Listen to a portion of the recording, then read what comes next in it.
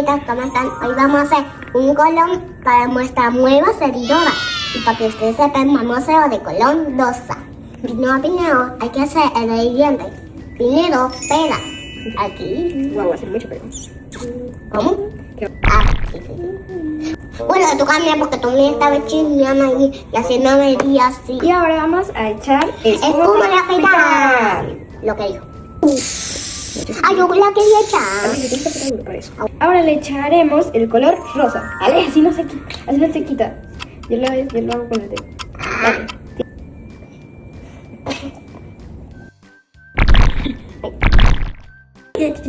Ahí está, parece una caca, parece caca.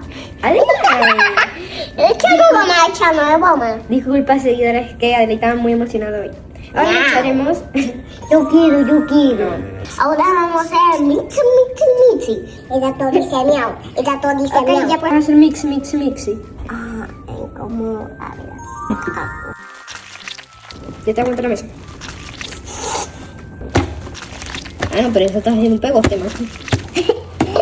Sapo. Es como ha quedado nuestro hermoso slime. Ahora le echaremos el brilli. Quiero echar Billy. Está bien. Ahora Adela le echará el brilli. ¿Poquito o mucho? Yo te digo hasta dónde. ¿Veis? Más. Ahora. Y así es como quedó. El slime muestra muy la seguidora.